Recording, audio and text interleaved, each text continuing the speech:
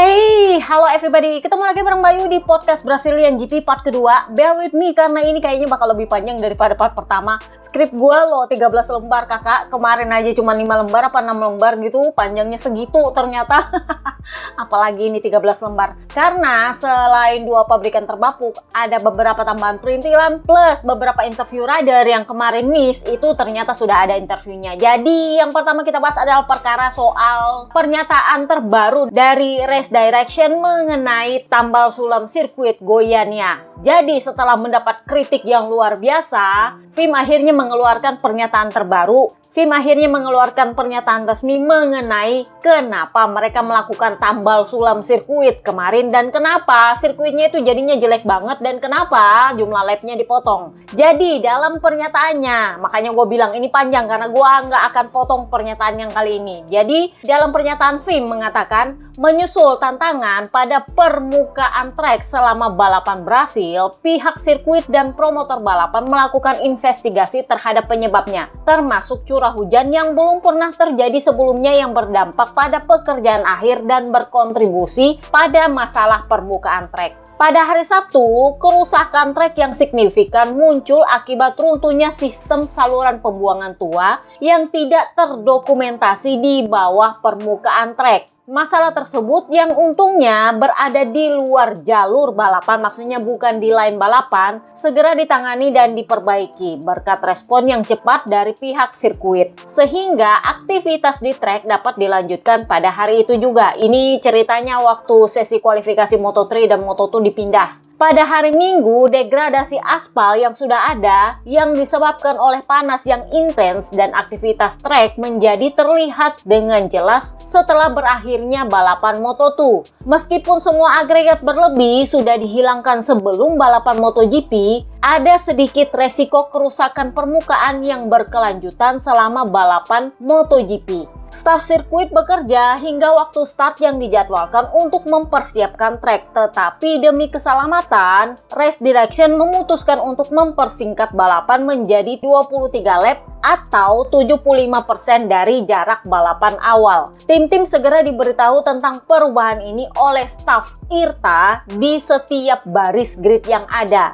Proses homologasi sendiri dikelola oleh FIM dan dimulai lebih dari setahun sebelumnya. Proses ini mencakup inspeksi detail dari semua area konstruksi karena setiap lokasi di seluruh dunia membutuhkan campuran aspal dan prosedur pengaspalan yang berbeda. Hal ini ditentukan oleh sirkuit dan diajukan ke FIM untuk memastikan bahwa semua standar keselamatan telah terpenuhi. Homologasi kemudian dikonfirmasi sesaat sebelum setiap balapan dimulai. Masalah yang dihadapi Brasil sudah diakui oleh promotor dan sirkuit dan akan diperbaiki sebelum MotoGP kembali musim depan. Balapan Brasil menyambut 148.384 penggemar di Autódromo Internacional de Goiânia Ayrton Senna yang menunjukkan daya tarik MotoGP yang kuat di Brasil serta peluang pertumbuhan global kejuaraan ini. Intinya dari sekian panjang itu adalah satu, FIM nggak merasa salah. Kenapa? Karena katanya mereka sudah inspeksi dari setahun yang lalu. Kalau kalian ngintil gue dari akhir Desember, kalau nggak salah gue pernah bahas ini di podcast Suka-Suka. Waktu itu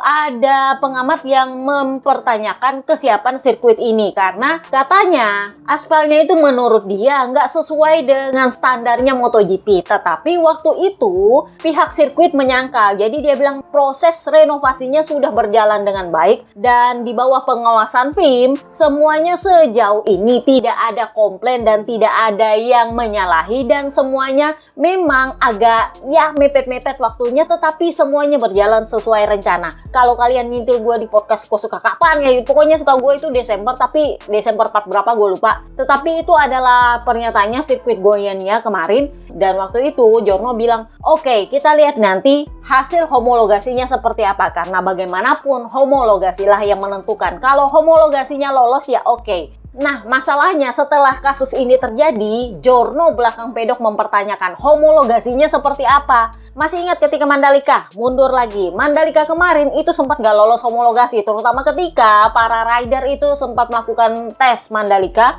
dan Alex Espargaro, Pak RT, itu sampai kasih ultimatum, kalau nggak diperbaiki, gue nggak mau balapan di sini. Itu karena homologasinya dilakukan berkali-kali. Dan waktu itu pihak sirkuit Mandalika bilang, oh ya, homologasi itu kan dilakukan tepat sebelum balapan. Iya, tapi itu dilakukan berkali-kali kalau dia punya sirkuit baru. Nah, itu juga yang terjadi pada sirkuit boot. Homologasinya dilakukan dengan AI. Katanya semuanya oke. Ya iya, semuanya oke. 1 kali gelar, habis itu bubar. Nggak kembali lagi. Ini yang memang kalau kalian dengar di part 1, Diogo Moreira mulai khawatir juga. Kenapa? Karena kalau 1 kali gelar sekacau ini, takutnya mereka nggak mau balik. Jadi karena penontonnya ternyata tembus rekor, sorry itu saya itu lebih banyak dari Mandalika, Kak. Mandalika terbaru aja tetap lebih banyak mereka. Jadi jumlah penonton inilah yang menolong dalam tanda kutip Goiânia untuk menggelar MotoGP tahun depan, tetapi dengan syarat sekian panjang. Sayangnya tidak ada satupun orang yang mau bertanggung jawab atas hal ini. Yang pertama soal kondisi trek yang kotor dan sinkhole yang muncul. Katanya mereka itu bukan salahnya sirkuit karena ternyata di bawah trek itu ada drainase yang mereka nggak tahu ternyata itu barang ada di situ katanya. Dan setelah banjir besar yang terjadi di hari Selasa, ternyata itu saluran tergerus oleh banjir sehingga ketika para rider ngetes di situ kiri kanan, nah akhirnya bebannya bertambah dan itu yang bikin dia ambrol. Jadilah sinkhole. Jadi menurut gua sorry itu saya waktu dia bilang itu bukan line balap di pernyataan resmi, menurut gua nggak mungkin ambrol kalau nggak sering dilewati itu barang. Cuman ya oke lah karena mereka nggak mau salah. Yang kedua, Vim sendiri cuci tangan. Ini adalah Bartolome Alonso punya tugas. Dia adalah penggantinya Uncini untuk inspeksi sirkuit. Nah, pertanyaannya adalah kenapa dia tidak inspeksi itu aspal? Karena menurut para rider, nggak ada bekas resurface sama sekali ini barang. Kalaupun misalnya mereka resurface, artinya resurface-nya tidak sesuai standar. Masih ingat ketika Mandalika punya kerikil terhambur-hambur yang sampai harus diganti kerikilnya, Kak? Nah, mestinya seketat itu, mestinya sayangnya di zamannya Liberty Media, ya show must go on. Pokoknya yang penting lu balapan aja. Jadi seolah-olah Vim itu cuci tangan soal kondisi aspalnya Goiânia. Jadi mereka bilang mereka sudah memastikan bahwa semuanya sudah sesuai standar. Jadinya yang disalahkan apa? Ya cuaca panas. Jadi katanya karena ini terlalu panas sehingga aspalnya itu memuai. Dan karena dia memuai akhirnya daya ikatnya dengan dia punya kerikil itu berkurang. Dan setelah itu kerikilnya lompat-lompat. Kayaknya ini pernah gue bahas berapa kali gitu waktu kita bahas Mandalika pertama. Kenapa gue ulang ya? Tapi kayak dejavu aja. Karena kan waktu Mandalika diuji pertama kali ini sampai gue bahas 1 jam coba gara-gara perkara batu pecah kalau nggak salah waktu itu. Masih ingat yang batu pecahnya harus dipesan dari Palu?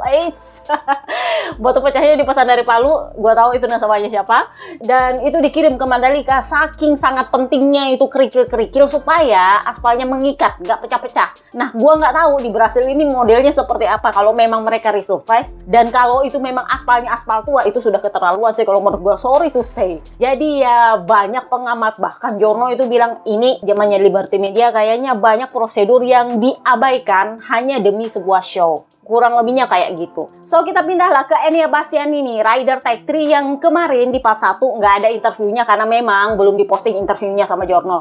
Jadi dia ini finish P15 naik 7 posisi sebenarnya dan kalian udah tau lah dia sudah diincar sama Gresini Honda. Gosip berhembus sepoi-sepoi katanya mereka siap untuk tanda tangan kontrak dengan Honda karena ternyata di last attempt usaha terakhirnya Ducati tetap kekeh nggak bisa Kak mau diturunin harganya karena itu nggak andil untuk VR46. Masa dibedain harga motornya kan nggak mungkin. Kurang lebihnya kayak gitu karena VR46 mau bayar seharga yang diminta Ducati sementara Gresini minta subsidi ya nggak bisa. Lu loh sudah lumayan sukses masa kita harus kasih subsidi melulu ya nggak bisa juga dong. Kurang lebihnya kayak gitulah ceritanya. So Enea Bastianini dia bilang selama warm up saya memang banyak terkena batu di wajah dan tubuh dan saya berpikir wah ini balapan kayaknya kalau begini kayaknya akan sulit. Pada akhirnya memang rumit, tetapi ya tidak sesulit yang saya duga. Sejujurnya saya malah sempat berpikir saya tidak menyelesaikan balapan karena ketika kami keluar dari tikungan 12 selama lap pemanasan, ada sebuah batu mengenai bahu saya dan itu sangat menyakitkan pada awalnya. Tetapi ya itu normal karena ini juga pernah terjadi di masa lalu ketika aspal masih baru. Ini maksudnya Mandalika.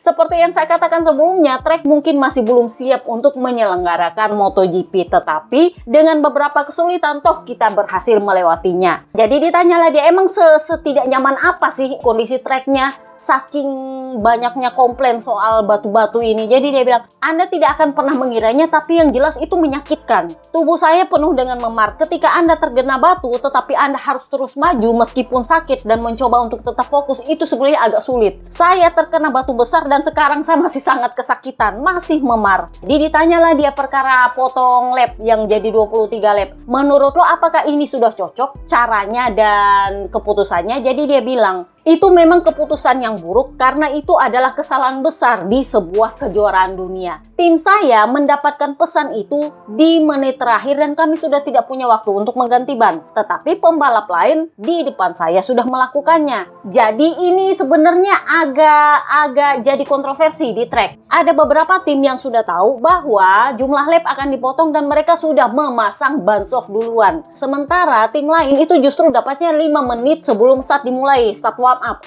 Jadi ya ada yang sempat ganti ban, ada yang udah nggak sempat ganti ban karena udah mepet waktunya. Jadi yang dipertanyakan adalah siapa yang tahu duluan dan siapa yang enggak. Dan faktanya adalah banyak yang nggak tahu. Sementara ada beberapa yang tahu, tapi mereka minta startnya di delay. Jadi ya ini sebenarnya jadi kontroversi, siapa yang tahu duluan dan siapa yang belakangan tahu. Jadi dia bilang pilihan yang tepat seharusnya adalah menunda balapan 5 menit sehingga semua pembalap memiliki pemahaman yang jelas tentang situasinya. Saya melihat banyak masalah seperti ini selama akhir pekan. Kita membicarakannya tapi toh tidak ada yang berubah. Trek ini baru bagi semua orang dan kami pikir itu akan menjadi keuntungan bagi kami karena biasanya kami sedikit kesulitan tetapi akhirnya kami lebih kesulitan daripada di balapan lain. Juga karena layoutnya memang sangat cepat. Ini yang udah gue bilang bedanya sama Balaton Park. Meskipun ini sirkuit kecil tapi memang tetap diperlukan kecepatan. Beda sama Balaton Park, lu ngerem ya kan. Masih ingat di Balaton Park Enea itu sampai kena penalti, coba habis kena penalti crash pula. Jadi dia bilang sektor 2 dan sektor 3 memang sedikit lebih lambat tetapi dengan akselerasi yang tinggi dan kami kesulitan dengan akselerasi. Hari Sabtu pun sangat sulit karena kami belum pernah balapan di kondisi kering mengingat hari Jumat turun hujan. Setiap hari Jumat saya naik motor dan saya tidak memiliki kepercayaan diri untuk memacu motor. Saya harus mengatur ulang setupnya setiap kali dan saya mencoba membangun sesuatu untuk akhir pekan. Kami jelas kehilangan sesuatu karena bahkan dengan melihat pembalap KTM lainnya mereka juga kehilangan sesuatu. Pedro tidak cepat hari ini karena kecepatan saya sangat dekat dengan kecepatan dia. Tetapi sangat sulit ketika Anda memulai dari belakang dan Anda tidak dapat berjuang untuk posisi yang baik. Jadi kalau menurut gua dia punya balapan ini sebenarnya ya kalau mau dibilang buruk ya enggak juga. Dia naik posisi lumayan banyak biasanya kayak tahun lalu juga. Kalau balapan naik posisinya lumayan banyak tapi sayangnya kalau kualifikasi ya udah dia di belakang lagi Kak, di belakang lagi. Tapi kalau dilihat finishnya dia lumayan bagus. Nah, yang menjadi masalah adalah Maverick Viñales. Nah, ini juga mestinya dibahas di part 1 tapi belum ada wawancaranya. Nah, ini baru nongol. Kebetulan dia ditanya soal Lorenzo. Nanti kita bahas belakangan. Kita bahas dulu balapan dia. Dia ditanya, lu finishnya P18, naiknya 2 posisi. Jadi ini seperti apa ceritanya? Jadi dia bilang, bagi saya begini, lebih baik membuat kesalahan di akhir pekan jika itu membantu Anda untuk terus berkembang. Tahun lalu saya memahami jalan yang harus saya ikuti dan untuk keluar dari situasi ini Anda membutuhkan ketenangan, kerja keras dan langkah-langkah ke arah yang benar. Akhir pekan ini motor terasa lebih baik dalam beberapa kondisi. Saya harus bekerja keras pada diri sendiri, motor memang seperti itu dan tidak akan berubah.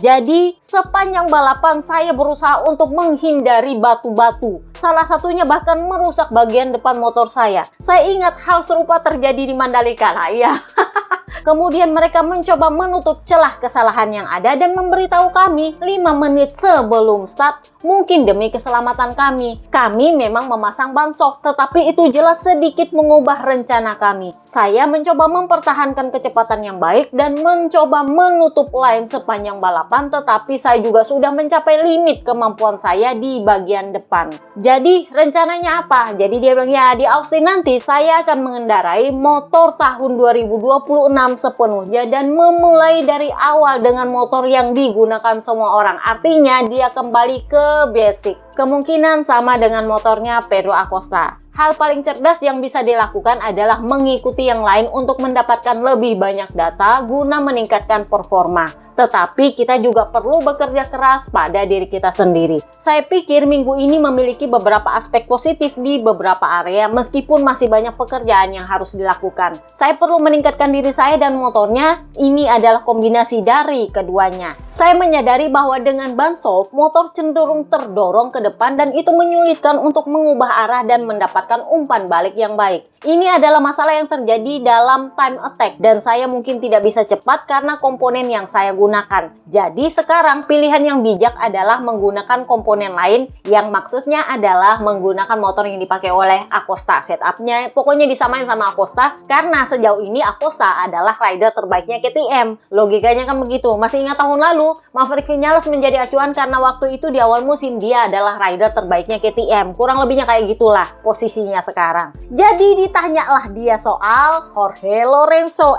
Jorge Lorenzo kemana? Ngomong-ngomong, gosipnya kalian berdua pecah kongsi apa gimana gitu. Nah, tahu nggak dia bilang apa? No.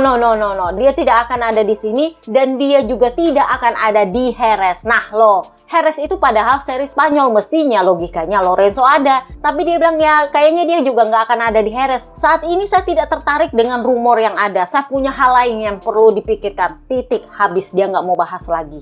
Jadi menurut lo?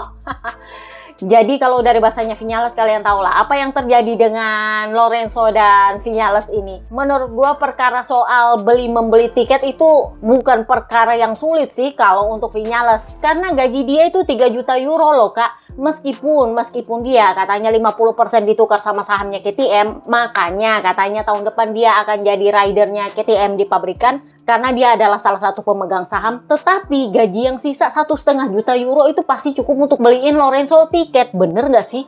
Tapi ya begitulah.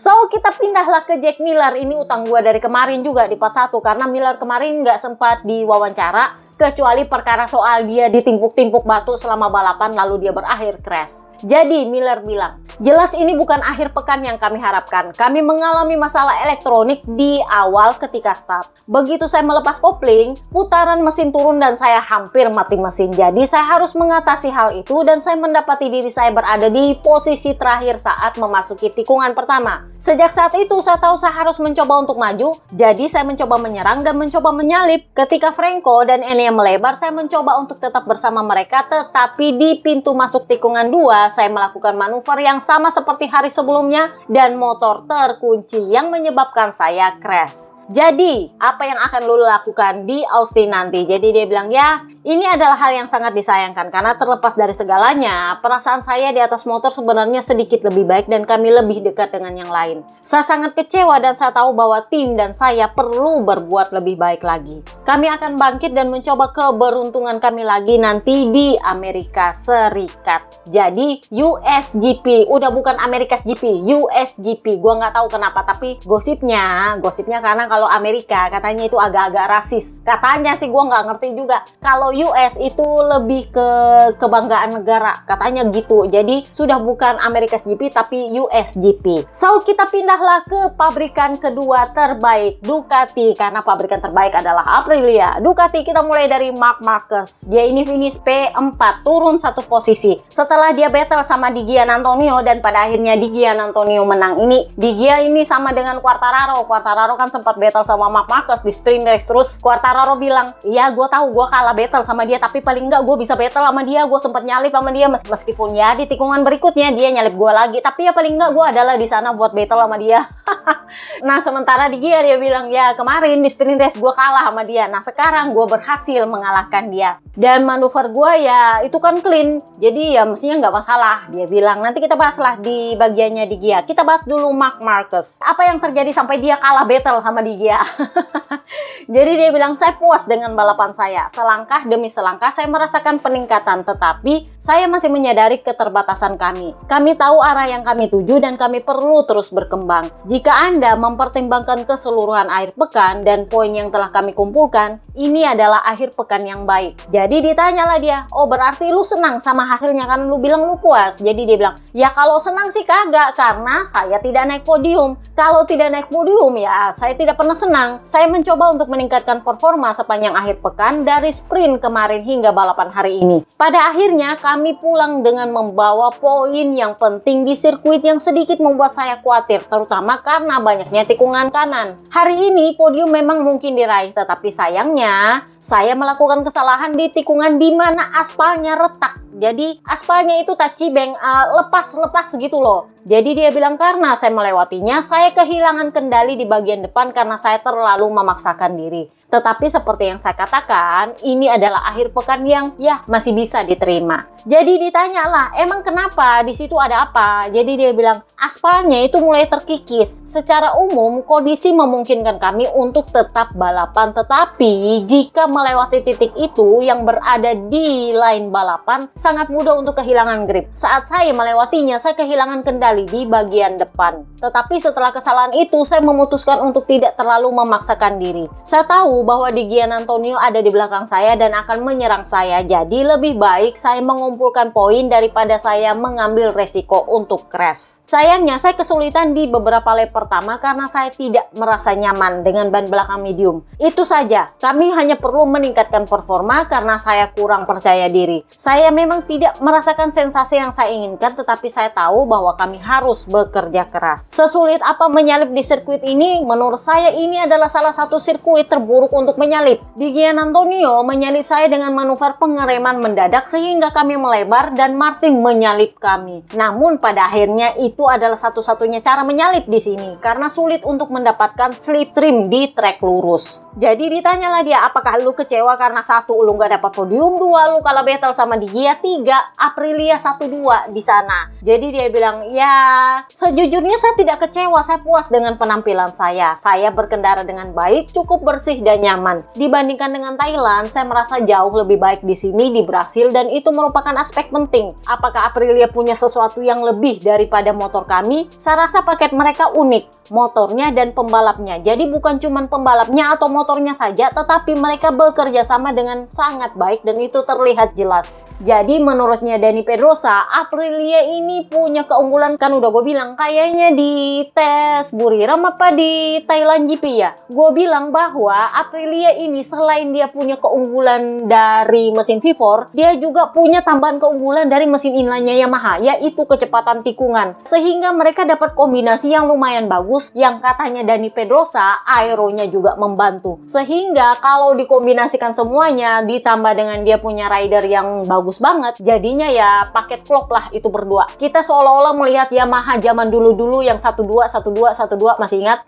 So, kita pindahlah ke Pecco Bagnaia. Aduh kakak, dia ini crash. Dia ini crash sebenarnya ketika memasuki tikungan 1. Jadi dia bilang, saya sudah berusaha bertahan, berusaha survive, I will survive. Tapi ujungnya tetap aja saya terjatuh. Mungkin saya tidak memahami kondisi dengan baik dan kesulitan untuk berada di atas sadel. Gripnya sangat lemah dan seperti yang saya katakan, mungkin saya yang tidak memahami kondisinya. Sulit untuk mengatakan apa yang kurang karena tahun lalu juga selalu seperti ini. Tetapi di tahun ini, dalam tes pramusim, bahkan di sini sepanjang akhir pekan terlepas dari balapannya, saya selalu memiliki perasaan yang bagus di atas motor. Saya juga bisa meningkatkan diri karena di FP2 saya berada di posisi teratas. Sama seperti pagi ini di sesi warm up, saya hanya membuat satu kesalahan di kualifikasi, tetapi kecepatan saya pada dasarnya bagus. Anehnya, saya kemudian sangat kesulitan di sprint race dan di balapan. Jadi saya harus meningkatkan diri. Jadi ditanyalah dia, ini berarti sama dong dengan kondisi 2 tahun lalu. Jadi dia bilang ya kurang lebih sama. Saya cukup kesulitan untuk menghentikan motor dan mempertahankan kecepatan menikung yang normal. Kemudian saya kekurangan grip di ban belakang. Selama sesi latihan di akhir pekan, saya merasa lebih baik, tetapi tidak saat balapan. Masalahnya ada pada pengereman dan ketika memasuki tikungan. Jadi ditanyalah dia, apakah ini karena lu ada di belakang, jadi dia itu crash ketika tepat berada di belakangnya Sarko. Waktu itu mau masuk tikungan dan si Sarko udah mulai belok, mau leaning dan dia malah crash. Jadi dia bilang, ketika Anda mengikuti seseorang, suhu ban depan memang meningkat dan itu menjadi sulit untuk memacu motor seperti biasanya. Tetapi tahun lalu saya lebih kesulitan dalam hal ini. Saya harus tetap berada setengah detik di belakang orang di depan saya. Dan sekarang saya bisa lebih dekat tapi ya tetap juga crash.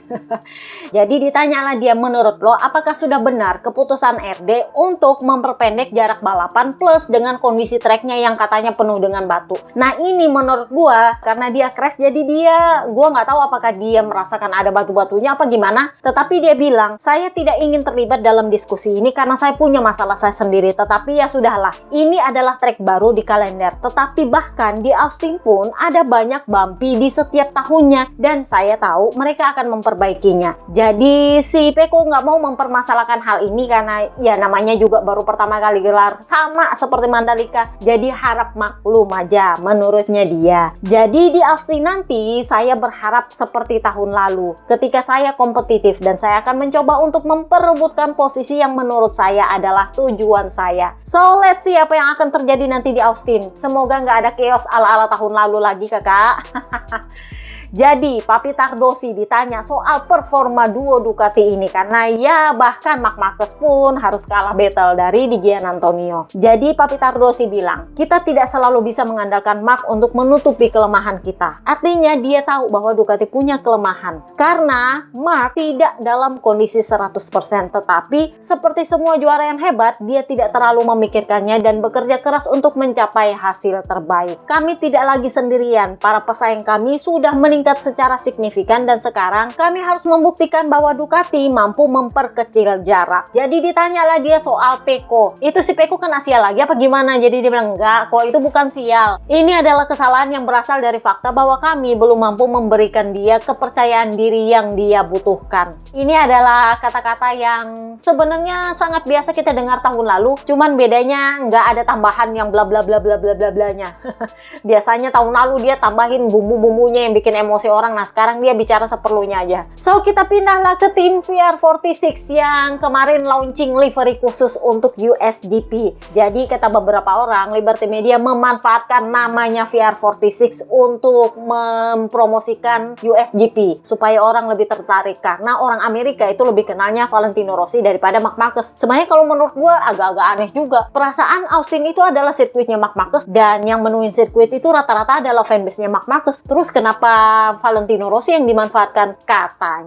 Katanya supaya fansnya Valentino Rossi itu datang ke sirkuit karena selama ini yang menuhin sirkuit itu cuma fansnya Marc Marquez dan menurutnya mereka itu yang bikin MotoGP kurang populer di Amerika. Jadi karena katanya Valentino Rossi lebih dikenal di sana, nah jadinya tim VR46 akan memakai livery khusus untuk USGP akhir pekan ini. Menurut gua liverynya itu lebih kece, lebih bagus dan lebih kreatif dan lebih segala-gala lah dari livery yang ada, bahkan livery spesial. Sorry to say, keren banget kalau menurut gua karena dia ada bendera Amerikanya, terus ada karikaturnya para pembalapnya masing-masing di livery. Dan itu keren. Padahal yang bikin ternyata tetap Aldo Drudi. Cuman gua nggak tahu Aldo Drudi ini kesambet apa sampai dia punya livery kok ya agak sedikit berbeda dari yang biasanya. Tapi menurut gua keren. Menurut gua itu sangat collectible sih. Karena kan di Mandalika mereka pakai livery khusus dengan seragam khusus. Nah sama juga di USGP kali ini mereka pakai livery khusus dengan seragam khusus dan menurut gua seragamnya itu keren banget kalau dijual. Serius, cantik banget. Jadi Morbidelli nggak ada interviewnya, gue nggak tahu nggak ada interview atau belum ada interview, tetapi kemarin dia itu senang banget karena mamanya dan keluarganya itu datang di pedok. Jadi kalian bisa lihat itu mamanya Morbidelli. Yang mana, depan apa belakang, gue nggak tahu, kayaknya depan deh. Jadi keluarganya itu datang, si DJ itu sempat bilang, gue tuh baru kali ini lihat Morbidelli itu yang sangat antusias. Biasanya dia tuh santai, kalem, cool. Kali ini dia sangat bersemangat dan sangat jarang saya bisa lihat Morbidelli yang seperti itu. Cuman di Brasil kali ini aja yang dia sangat antusias. Anyway, di Brasil kemarin TVR46 juga nggak pakai livery khusus sih, tapi seragamnya khusus. Kalian bisa lihat dia punya warna kuning ala-ala tim nasional sepak bolanya Brasil. Jadi ya kurang lebihnya begitulah mereka merayakannya, dan si Morbidelli juga pakai helm khusus sama juga dengan Digia dan beberapa rider lainnya, tetapi khusus untuk USGP dengan livery-liverynya yang khusus. Jadi menurut gua dia ini, gua nggak tahu apakah dia apes atau enggak. Hari Jumat motornya itu mogok. Ada yang bilang kesalahan teknis atau motornya rusak apa gimana. Ternyata lo tahu apa? Habis bensin, Kak. Habis bensin doang loh. Gue tuh bingung. Cuman gara-gara habis bensin dia kehilangan posisi untuk Q2. Karena setelah dia kembali ke pedok, hujan pun turun. Jadi ya begitulah. Ditambah lagi ketika dia kualifikasi lah, iya crash. Jadi ya sudah lah ya. Dia startnya dari belakang sementara teammate-nya start dari pole position. Tapi ya finishnya P3, turun 2 posisi. Tapi ya bagaimanapun lumayan lah gua pole position ya kan. Jadi Digia ditanya, apa kabar lu? Lu kayaknya senang banget. Jadi dia bilang, oh iya, saya berhasil mengalahkan Marc Marquez kali ini. Kemarin dia menang battle, tetapi juga dia memenangkan balapan sprint race. Hari ini saya yang menang battle, tetapi ya saya finishnya di podium. Itu memang beda rasanya, tapi ya bagaimanapun saya tetap senang karena bertarung dengan pembalap yang memiliki begitu banyak pengalaman itu pasti lebih sulit, tetapi Anda juga bisa belajar. Itu adalah battle yang hebat, agresif tetapi bersih. Saya menikmatinya mungkin karena saya menang. Sambil ketawa. Jadi ditanyalah dia, emang sespesial itu kah kalau lu battle sama Marc Marquez? Karena kan Quartararo juga waktu di sprint race bilang, yang penting gue sempat battle sama Marc Marquez, bodo amat. Jadi dia bilang, ya begitulah battlenya. Rasanya menyenangkan melawan siapapun, bukan cuma Marc Marquez. Tetapi ya anehnya dia melakukan kesalahan sama seperti yang saya lakukan kemarin. Jadi memang waktu Marc Marquez battle sama Digia di sprint race, itu gerakannya persis sama dengan apa yang dilakukan oleh Digia pada Marc Marquez di balapan. Ini flashback ketika Pedro Acosta sama Marc Marquez battle di Buriram. Ketika sprint race, Marc Marquez melakukan manuver pada Pedro Acosta yang sedikit kurang bersih sehingga Acosta keluar track dan itu membuahkan Marc Marquez kena penalti. Sementara di balapan panjang, Pedro Acosta melakukan hal yang sama persis di tikungan yang sama tetapi dengan clean, dan itu yang membuat Pedro Acosta bilang, oh berarti gua nggak salah dong kemarin, dia memang layak di penalti karena ternyata memang bisa clean kok menyalipnya, kurang lebihnya kayak gitu. Jadi ini juga yang terjadi di Goiânia antara Marc Marquez dengan Gian Antonio. Jadi dia bilang, anehnya dia melakukan kesalahan yang sama seperti yang saya lakukan kemarin. Tetapi bagaimanapun saya lebih senang dengan kerja sama kami di garasi daripada battle-nya itu sendiri. Karena kami termasuk di antara Ducati terbaik. Jadi para rider di satu pabrikan itu semuanya pada, masih ingat ketika si Ai Ogura yang ngomel-ngomel di Buriram. Karena meskipun dia finishnya P5, dia adalah rider terburuk di Aprilia dan itu nggak bikin dia senang. Nah sama seperti ini, dia bilang yang penting saya adalah Ducati terbaik, that's all, itu yang penting, daripada saya jadi Ducati terburuk itu pasti jelek, dia punya perasaan. Jadi dia bilang, saya banyak belajar dari Marc Marquez, dia sangat teliti, dia tahu kapan dan di mana harus menggunakan energinya dan dia mempush. Tetapi Anda juga bisa melihat bahwa dia sangat terkontrol, dia memiliki kendali yang hebat atas motornya dalam manuver yang paling beresiko dan dia jelas memiliki sesuatu yang ekstra di tikungan kiri. Saya sedang mempelajari cara dia melakukannya, tetapi itu tidak mudah. Tim pantas mendapatkan podium ini setelah kecelakaan saya di sesi pemanasan yang dia crash di tikungan 4 kakak. Karena hal itu mereka harus bekerja keras. Sejujurnya saya ya sedikit meremehkan kecelakaan itu. Bahkan selama balapan di titik pengereman keras pertama, saya merasakan sedikit nyeri di bahu kiri saya. Tetapi kemudian saya berhasil menemukan ritme balapan. Saya ingin sekali menang, tetapi dalam kondisi seperti ini Aprilia memiliki sesuatu yang lebih. Ketika aspal lebih licin, kami kehilangan stabilitas di bagian depan yang merupakan kekuatan kami dan kami tidak bisa mempertahankan kecepatan di tikungan yang mana mereka bisa lakukan. Jadi kami harus bekerja keras. Saya pasti akan terus mencoba untuk menang. Itu adalah tujuannya. Tanpa ambisi, Anda tidak bisa melakukan apapun. Marc Marquez adalah juara dunia. Best sudah memenangkan 4 balapan terakhir dan saya ingin tetap bersama mereka. Saya ingin menjalani musim yang hebat. Jadi seperti rider yang lain, ditanyalah dia soal pemangkasan jumlah lap. Jadi dia bilang, ya saya taunya itu 6 menit sebelum balapan dimulai. Jadi kalau Quartararo bilang 5 menit, si Acosta bilang, ya saya tahu tapi saya sudah pakai ban soft di belakang, jadi udahlah ya. Enea sendiri bilang bahwa dia tahu ketika para rider di depan dia itu ada yang ganti ban. Jadi ada yang tahu belakangan, ada yang tahu duluan. Jadi dia bilang, saya baru tahunya itu 6 menit sebelum balapan dimulai. Saya bahkan sempat berpikir untuk mengganti ban belakang, tapi waktunya tidak cukup. Di tikungan 11 dan 12, aspalnya itu rusak, serpihannya terlepas dan sangat licin. Tetapi ya menurut saya mereka tetap melakukan pekerjaan yang luar biasa. Tracknya indah, begitu pula para penggemarnya. Ada beberapa area yang bisa mereka tingkatkan, tetapi saya pikir mereka sudah mengambil pendekatan terbaik untuk mengadakan balapan ini. Jadi kalau menurut dia, seperti apapun kondisinya masih dimaafkan karena satu, ini baru pertama kali gelar. Yang kedua, yang penting penonton happy. Yang penting happy karena ya saking panasnya kemarin itu para penonton itu sampai mesti disiram air. Saking panas banget. Jadi dengan kondisi yang panas begitu, yang datang tetap 148.000 orang. Jadi ya kenapa enggak, meskipun kita susah-susah yang penting mereka senang.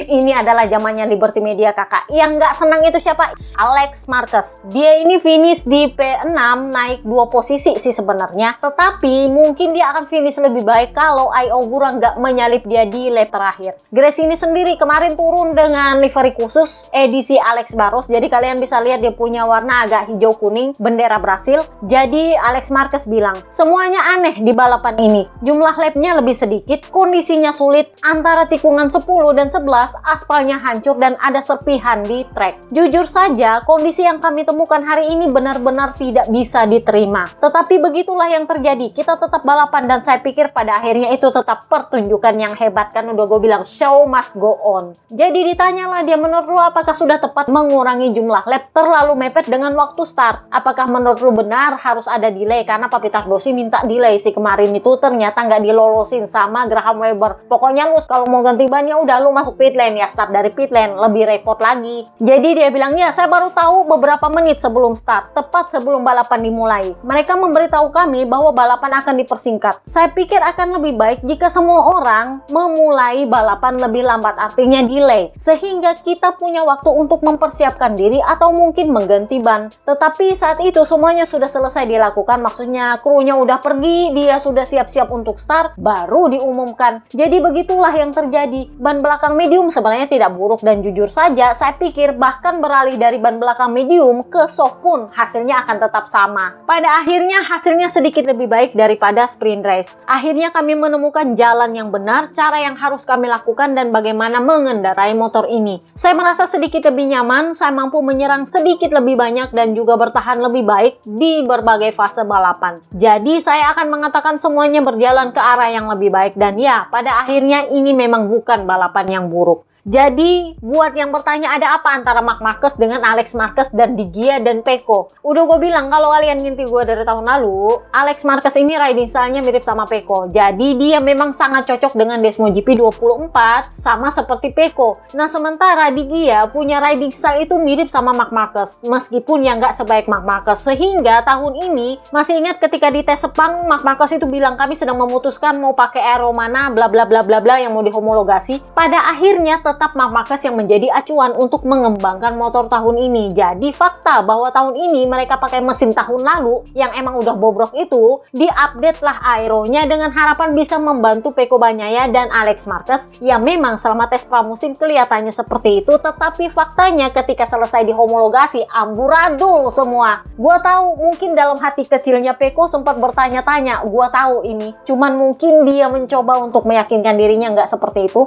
Gua rasa dia sedang meragukan meragukan ini beneran nggak motor yang sama yang dipakai ketika tes pramusim. Gua tahu pasti itu pikirannya dia. Karena kondisinya ternyata berbeda ketika dipakai balapan. Dan fakta bahwa di Brasil GP katanya mereka punya part baru, katanya, tetapi pada akhirnya yaitu tetap menguntungkan riding style-nya Marc Marquez, sehingga Di Gia yang mendapatkan keuntungan maksimal dari itu. Karena dia punya riding style memang lebih mirip Marc Marquez. Sementara kalau Alex Marquez dan Pecco Bagnaia ya begitulah. Pecco-nya crash ya Alex Marquez-nya ya bertahan selama mungkin. Jadi kemarin buruknya startnya Pecco itu berasal dari dia tidak punya motor yang identik setelah crash. Ketika FP2 dia itu sedang menguji part, aero atau setup apa gimana, sehingga motor yang dia pakai kualifikasi itu bukanlah motor yang dipakai di FP2. Nah begitu dia keluar lah, iya dia crash di tikungan 1. Jadi karena ini motornya mati, dia kembali ke pedok, ya harus diperbaiki lagi itu motor karena motor yang kedua itu beda setupnya. Jadi memang Pecco bilang motor saya tidak identik. Jadi begitu dia keluar pakai motor yang habis crash itu ya jelas udah nggak bisa kemana-mana. Kurang lebihnya seperti itu yang terjadi. Sehingga ini memperjelas fakta bahwa ada sesuatu dengan motornya Ducati. Apakah itu aeronya, apakah itu sasisnya, apakah itu mesinnya? Kalau kita mau membandingkan dengan tahun lalu, yang sama itu cuma satu, mesinnya. Jadi menurut lo?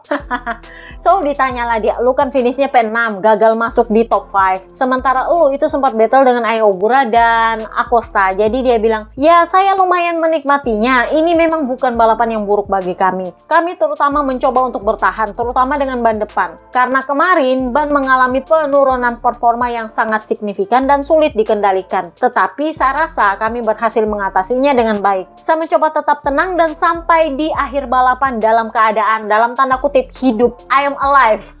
Paling nggak gua nggak crash, kurang lebihnya kayak gitu. Di lap terakhir, Ogura menyalip saya dengan manuver yang sangat bagus, jujur saja. Jadi begitulah jalannya balapan. Saya mencoba memberikan yang terbaik, tetapi itu tidak mudah. Namun di atas segalanya, saya pikir kami sudah membuat sedikit kemajuan hari ini dalam hal feeling. Jadi ditanyalah dia soal Ogura. Jadi dia bilang, saya memang berada di belakang Ogura selama setengah lap, tetapi saya tidak bisa berkomentar banyak. Saya berada di depan dia di beberapa tikungan, tapi terlalu singkat untuk menarik kesimpulan apapun di mana unggulnya motor Aprilia. Saya rasa finish posisi ke-6 adalah hasil maksimal bagi saya, hasil terbaik yang bisa saya raih. Saya mencoba melakukan yang terbaik, tetapi seperti yang saya katakan, saya rasa kami terus melangkah maju dalam hal feeling dan cara kami mengendarai motor ini. Saya senang akan hal itu, tetapi masih banyak hal yang bisa kami tingkatkan. Kami perlu terus bekerja karena Aprilia sudah membuat langkah penting tahun ini, dan kami perlu terus berkembang. Apakah saya kehilangan sesuatu dari motor ini? Saya rasa tidak. Saya hanya berharap itu hanya soal koneksi dengan motor. Artinya dia masih belum cocok aja sama motornya. Katanya sih begitu.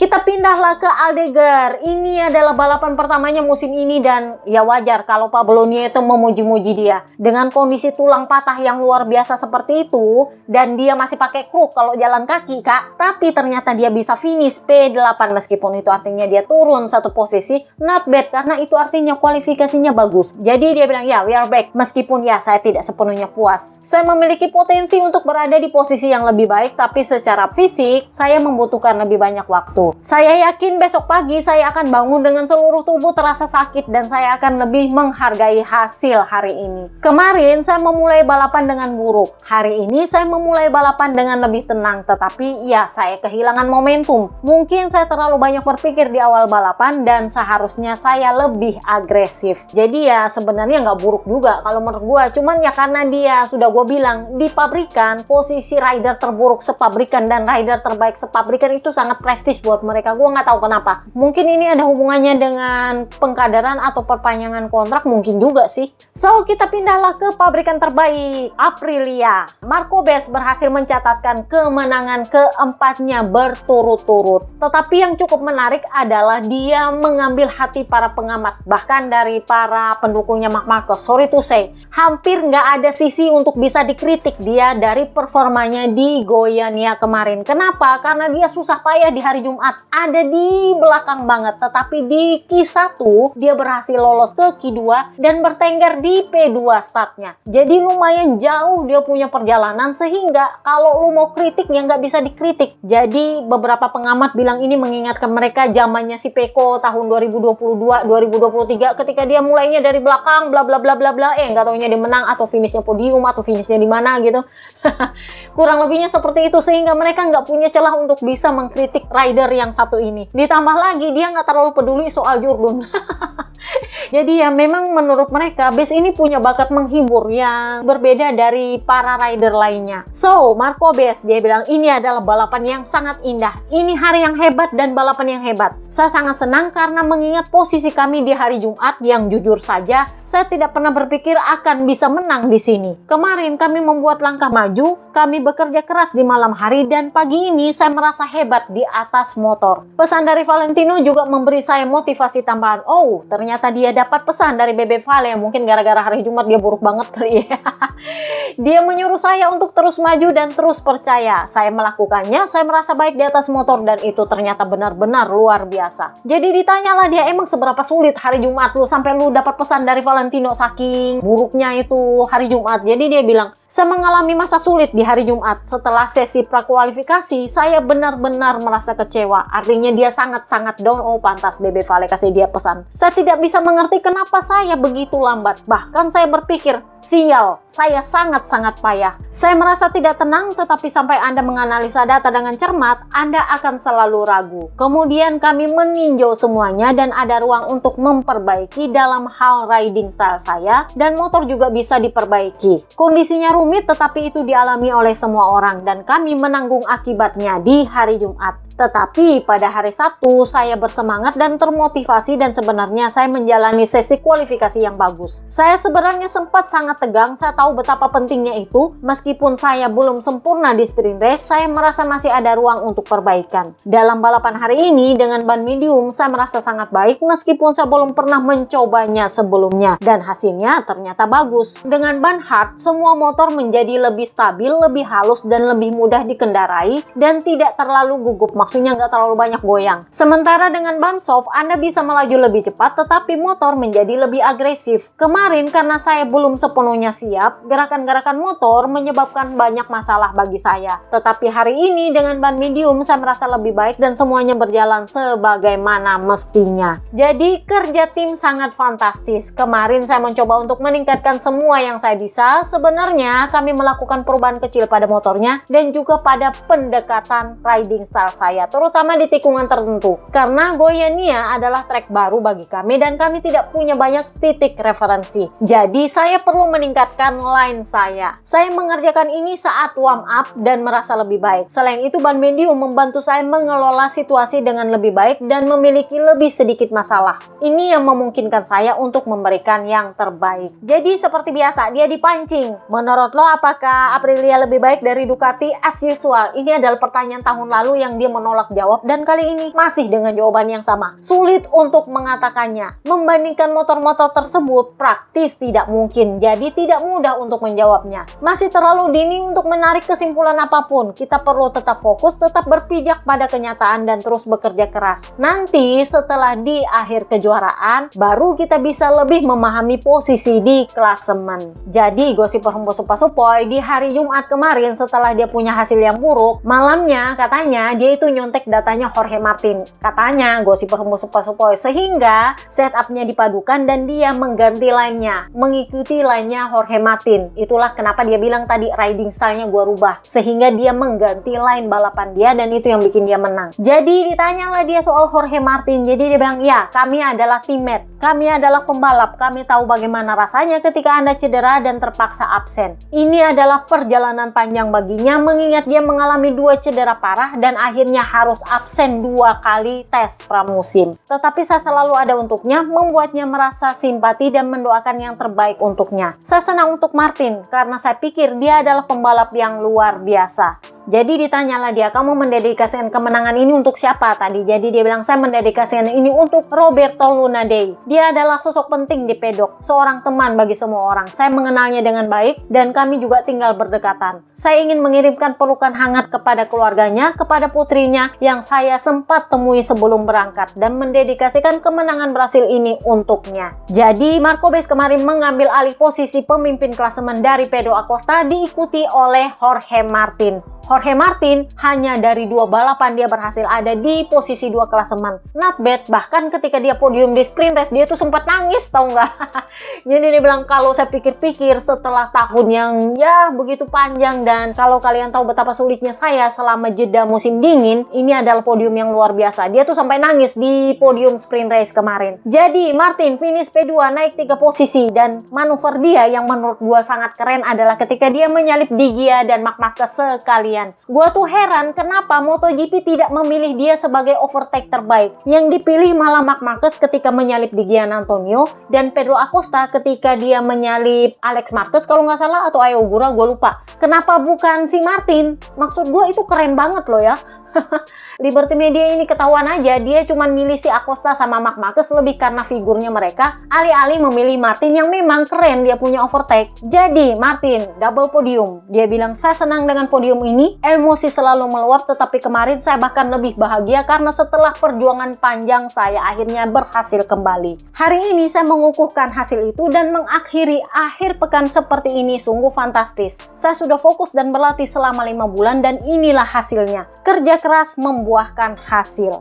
Jadi ditanyalah dia soal manuver dia yang sekalian menyalip Marc Marquez dan Fabio Di Gian Antonio tepat di tikungan. Jadi dia bilang, saya yakin saya bisa lebih cepat di lap-lap awal. Lalu ketika saya bersiap menyerang Fabio, Acosta menyalip saya dan saya harus bereaksi. Ketika saya berhasil mengejar mereka, saya melihat mereka melebar di tikungan 4. Jadi saya tetap siap untuk memanfaatkan kesempatan itu dan semuanya berjalan sempurna. Dari situ saya ingin lebih menghemat ban, jadi saya memutuskan untuk memacu diri. Pada suatu titik saya berpikir bahwa mungkin bisa mengejar Marco, tetapi saya mengambil resiko di tikungan 10 dan para rival saya memanfaatkannya, maksudnya menutup gap. Saya rasa secara keseluruhan ini adalah akhir pekan yang sempurna. Ini akan menjadi musim yang panjang. Mark dan Bess jelas ada di sana, tetapi saya berpikir saya bisa menjadi bagian dari pertarungan. Tentu saja saya masih butuh waktu. Saya tidak ingin menetapkan terlalu banyak harapan, tetapi saya adalah seorang juara dunia dan saya akan mencoba untuk mendapatkan beberapa hasil. Marco adalah rekan satu tim yang hebat. Kami saling membantu dan kami tidak menyembunyikan apapun. Kami tahu bahwa untuk mengalahkan Marquez yang begitu kuat, kami perlu saling membantu. Kemudian di track setiap orang melakukan bagiannya. Bagi saya ini hanya masalah waktu. Saya masih harus memahami di mana saya bisa meningkatkan diri dan di mana Aprilia bisa membantu saya. Tetapi saya akan sampai di sana. Jadi memang clear bahwa ketika Marco Bess itu kesulitan di hari Jumat itu katanya memang dia down banget, karena lu bayangin dia ada di posisi kedua terakhir loh kak.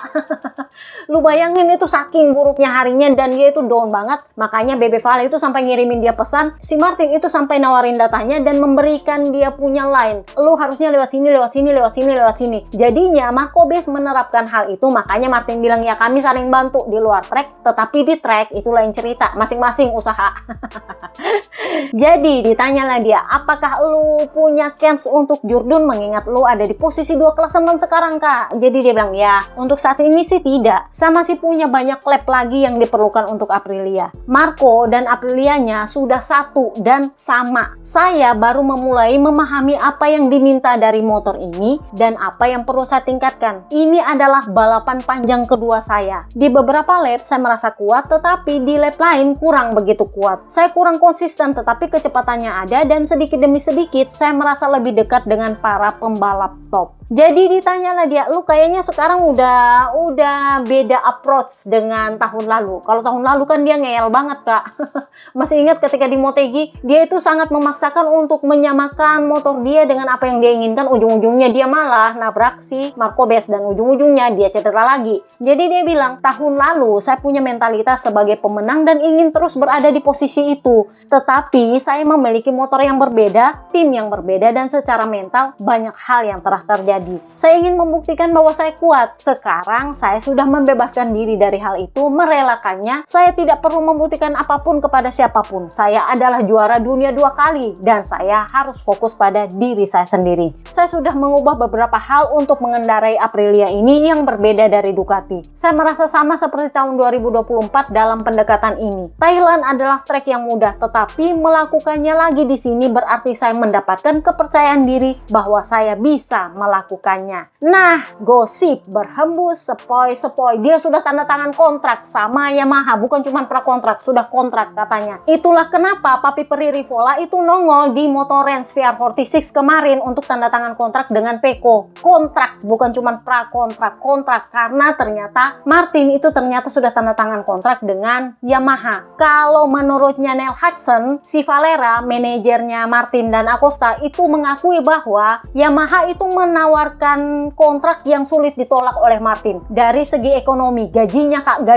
ternyata gosipnya itu dinaikin karena mereka tahu mereka nggak bisa ngarepin si Pecco datang. Mereka nggak bisa ngarepin si Pecco datang karena si Pecco kan memang sudah dikabarkan menandatangani prakontrak dengan Aprilia. Waktu itu masih prakontrak. Jadi karena sudah tanda tangan prakontrak ketahuan, ditawarinlah itu kontrak dengan gaji yang lebih banyak katanya. Sehingga langsung ditandatangan katanya sama Jorge Martin. Valera yang bilang sih. Jadi ditanyalah sama Martin, dengan kondisi lu sekarang ada di podium dan ada di posisi 2 klasemen, apa kabar perpanjangan kontrak lu? Jadi dia bilang, masa depan adalah masa depan, sekarang adalah sekarang, dan kita harus fokus pada itu. Saya selalu memiliki pemikiran seperti itu, tetapi begitu saya sudah membuat keputusan, saya akan tetap berpegang teguh padanya 100%. Tetapi sekarang saya berada di Aprilia, dan kita berada di momen yang positif, jadi ya kita harus menikmatinya. Intinya adalah dia sudah kekeh masuk ke Yamaha. Jadi ya Pecco istilahnya tidak mendepak Jorge Martin karena Jorge Martin duluan yang pergi. Jadi kurang lebihnya begitulah. So, kita pindahlah ke Trackhouse, tim terakhir, Ai Ogura, Mr. P5. Ini mengingatkan gua sama tahun lalu si Alex Marquez itu dijuluki Mr. P2. Kali ini dia dijuluki oleh para jurno Mr. P5. Dia itu sampai ketawa.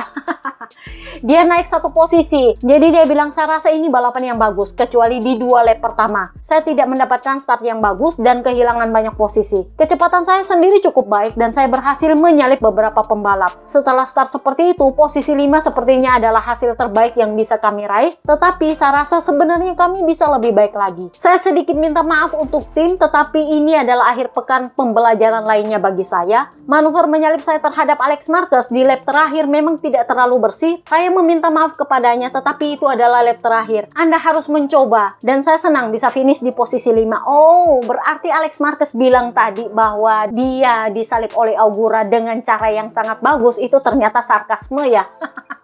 Karena ternyata nggak sebersih itu.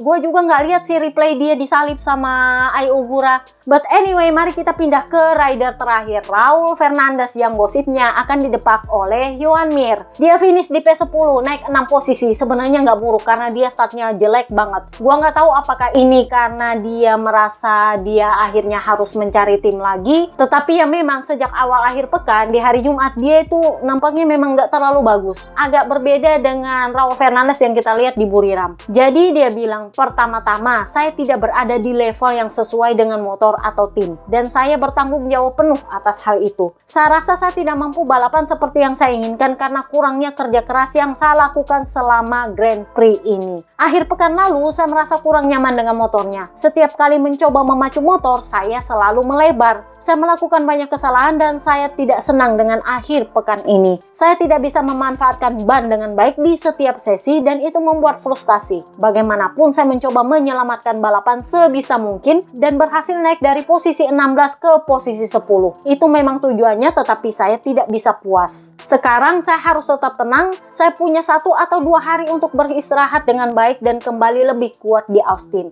Saya pikir Circuit of America mungkin lebih cocok untuk saya. Mari kita lihat, Papi Brivio sendiri itu ada wawancaranya. Jadi dia bilang, kami bisa puas dengan hasil hari ini. Ai mengalami start yang sulit dan berada di posisi 8 atau 9 sebelum akhirnya dia finish di posisi 5. Seperti yang sering terjadi, dia mempertahankan kecepatan yang baik, naik peringkat dan menyalip untuk finish di posisi kelima. Hasil yang solid di hari yang luar biasa bagi Aprilia. Raul Raul Fernandez harus membayar mahal di hari Jumat yang sulit. Tetapi dia berhasil comeback ke top 10. Dia tidak puas, tetapi kita harus fokus pada hal-hal positif. Kami merespon dengan baik dalam kondisi sulit dan meninggalkan Brasil dengan posisi kedua di klasemen tim, yang juga bisa kami banggakan. Selamat juga kepada Aprilia atas finish 1-2 mereka. Tujuan selanjutnya adalah Amerika Serikat untuk melanjutkan momentum ini. Terima kasih kepada Ai atas kerja kerasnya dan kepada Raul karena tidak menyerah, dan kepada seluruh tim atas reaksi mereka setelah akhir pekan yang sulit.